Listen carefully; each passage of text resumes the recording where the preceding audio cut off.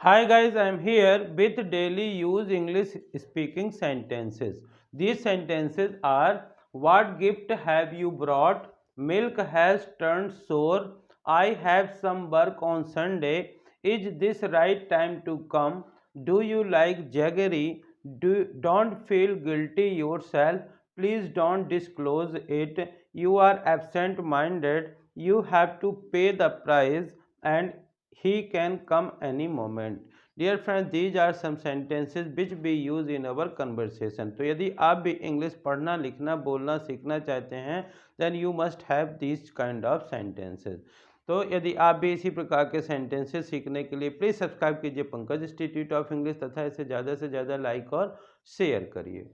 और first sentence, what gift have you brought. जब आप किसी से ये पूछना चाहते हैं कि आप मेरे लिए क्या उपहार लाए हैं तो इस प्रकार का यूज करते हैं, what gift have you brought. Milk has turn sour. कभी कभी जब हम दूध को बॉयल करते हैं उबालते हैं तो दूध फट जाता है और हम कहना चाहते हैं कि दूध फट गया है तो बोलते हैं milk has turn sour. I have some work on Sunday. कभी कभी कोई बोलता है कि क्या आप संडे को फ्री रहेंगे, क्या मैं आपके पास आ सकता हूँ, मिल सकता हूँ। I have some work with you. तो आप ये कहना चाहते हैं कि मुझे संडे को कुछ काम है तो बोलेंगे I have some work on Sunday. रविवार को मुझे कुछ काम है। Is this the right to come. जब कभी आपने देखा होगा किसी मीटिंग में या कहीं पे आप पहुंचते हैं और थोड़ा सा देरी से होते हैं तो सामने वाला यही कहता है, is this right time to come. क्या आने का यही सही समय है। Do you like jaggery. किसी को मीठा पसंद होता है, किसी को नमकीन पसंद होता है। मीठे में किसी को शक्कर पसंद होती है, किसी को गुड़ पसंद होता है। तो यदि आप किसी से पूछना चाहते हैं कि क्या आपको गुड़ पसंद है तो बोलेंगे do you like jaggery. Dear friends, कभी कभार कुछ ऐसी बातें हो जाती हैं जो कि हमने गलती नहीं की होती है फिर भी अपने आप को दोषी मानते हैं। तो यदि ऐसी कोई बात है और आप कहना चाहते हैं कि अपने आप को दोषी मत समझो तो बोलेंगे don't feel guilty your self. Don't feel guilty your self, अपने आप को दोषी मत समझो। Please don't disclose it. यदि कोई ऐसी बात है जो हमने किसी को बता दी है और हम ये चाहते हैं कि वो किसी और को नहीं बताए तो उसको ये बोल देते हैं कि कृपया इस बात को किसी को मत बताना। इसी को इंग्लिश में बोलेंगे please don't disclose it. Please don't disclose it, कृपया ये किसी को मत बताना। You are absent minded.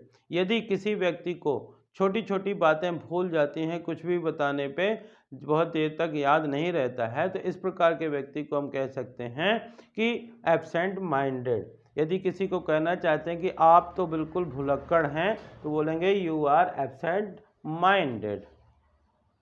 और जब आप कोई काम करते हैं तो उसका परिणाम आपको भुगतना पड़ता है। यदि आपने कुछ गलत किसी के साथ किया है तो वो कहता है कि यू हैव टू पे द प्राइस।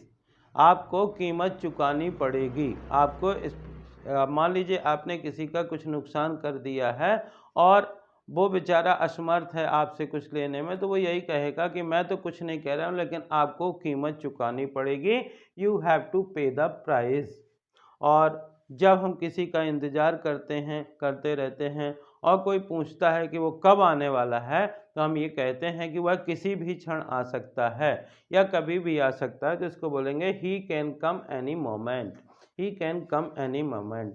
तो dear friends, these are some sentences. I hope कि आपको इन सेंटेंसेस में से एक या दो नया सेंटेंस सीखने को मिला होगा।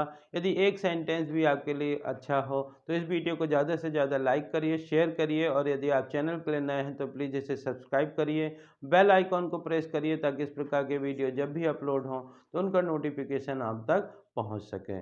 If you practice these sentences again and again by writing, by listening और by reading, then you can use these sentences in your conversation। इसी प्रकार के sentences के लिए please like, share and subscribe Pankaj institute of English.